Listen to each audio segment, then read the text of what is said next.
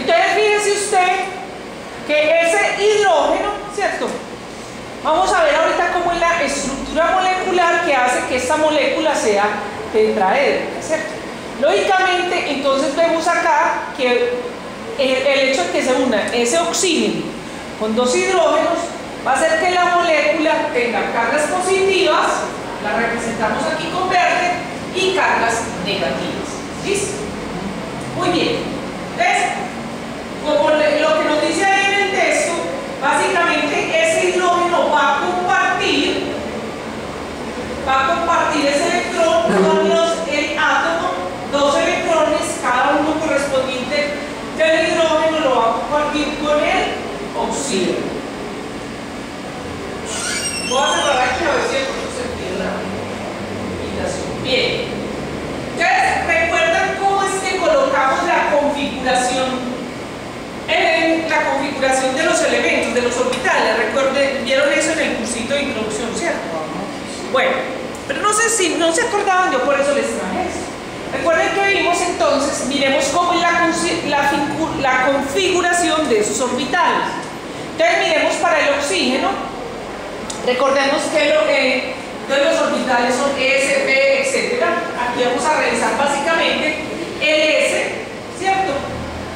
El orbital S y el P que tiene 3.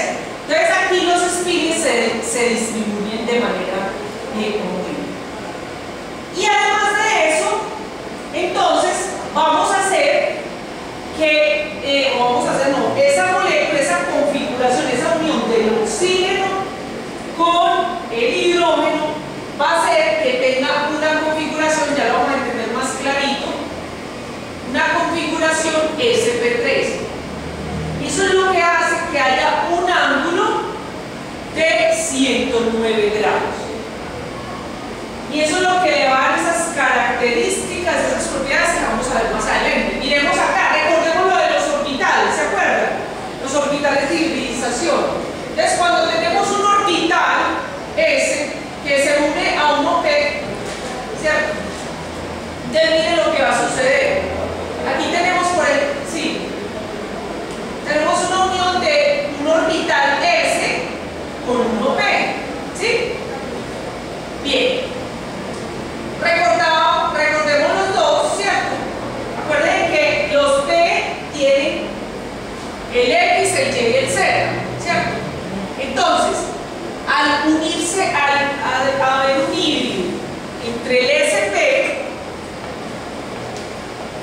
SP2, entonces va a ser que se hagan unas nubes electrónicas que van a hacer esta configuración que llamamos triangular y se va a dar un ángulo de 120 grados, ¿cierto? Muy bien.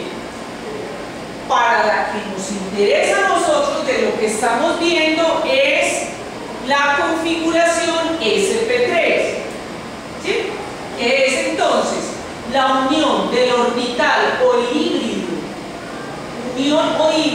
de el orbital S con los orbitales P, que son el X, el Y y el Z.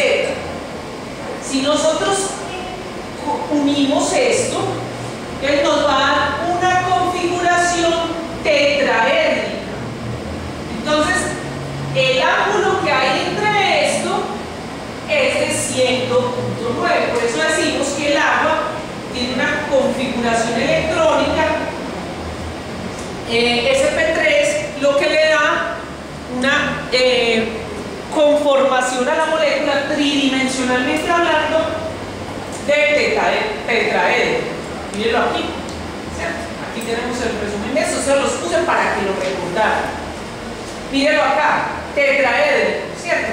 Entonces tenemos aquí, recuerden que esa configuración tetraédrica la va a dar las cargas que componen al elemento. Miremoslo acá, vean. Tenemos entonces el oxígeno, ¿cierto? Recuerden que ellos aquí van a tener dos cargas positivas de los electrones que vienen del hidrógeno, ¿cierto? Esto aquí tiene unas cargas, ¿sí? Que es lo que va a permitir esa configuración tetraédrica. ¿Sí?